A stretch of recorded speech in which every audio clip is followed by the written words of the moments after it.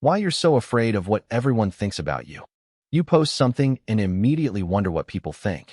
You walk into a room and wonder how you look. You say something at work and replay it later, worrying that you sounded stupid. This episode explores why other people's opinions can become so powerful and how to stop living like you're constantly being judged. You're listening to Emotional Intelligence Developer. Let's talk about something a lot of young people experience but don't always admit. You're worried about what people think about you.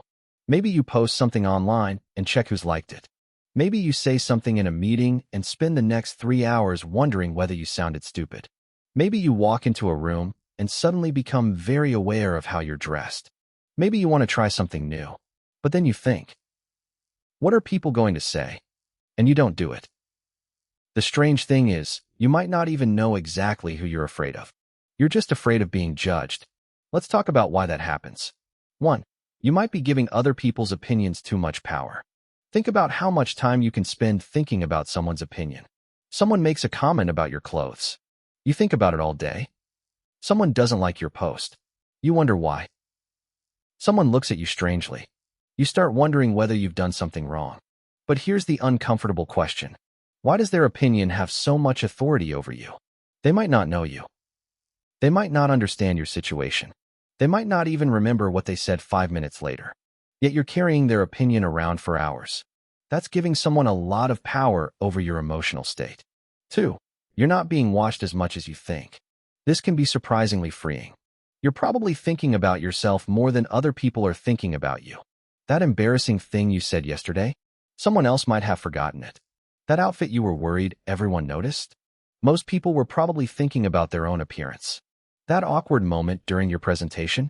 The person sitting next to you might have been worrying about their own presentation. Everyone is dealing with their own insecurities. You're not walking around in a world where millions of people are constantly analyzing you.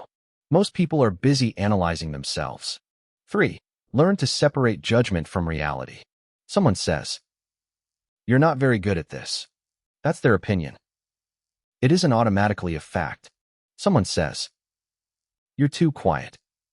That's an observation from their perspective. It doesn't mean there's something wrong with you. Someone says, "Why would you wear that?" Again, that's an opinion. You don't have to turn every opinion into a verdict about yourself. Before you accept criticism, ask, is this actually useful? Does this person know enough about me to make this judgment? Is there something I can learn here? If there is, learn from it. If there isn't, let it go. 4. Stop editing yourself for an imaginary audience. This is where social media can make things worse. You take a picture. Delete it. Take another. Delete that one too. You write something. Then you think, people are going to think I'm trying too hard. So you delete it. You want to wear something different, but you're worried people will laugh. So you wear what everyone else is wearing. Eventually, you can become very good at avoiding judgment. But there's a problem. You might also become very bad at being yourself. You're constantly asking, will people like this? Instead of, do I like this? Those are very different questions. 5. Start practicing being judged. This might sound strange, but if you're constantly afraid of judgment, you can't wait until you're completely confident before doing things. You need to practice. Wear something you genuinely like. Share something you're proud of. Speak up in a meeting. Ask a question. Try something you're not immediately good at, and then let yourself experience the possibility that someone might not like it. That's the skill. Not getting everyone to approve of you. Learning that you can survive when they don't. 6. And here's the part that changes everything. You don't need everyone to like you. Think about that. It's impossible. There are people who won't like your personality. People who won't like your opinions. People who won't understand your choices. People who will misunderstand you. And some people simply won't like you. That's life. Your goal isn't to become so perfect that nobody can criticize you. Your goal is to become secure enough that criticism doesn't control you. Because if your happiness depends on everyone approving of you, you're handing your emotional well-being to people who don't even know they're holding it. 7. A final thought. The next time you're about to do something and you hear that little voice saying, What are people going to think?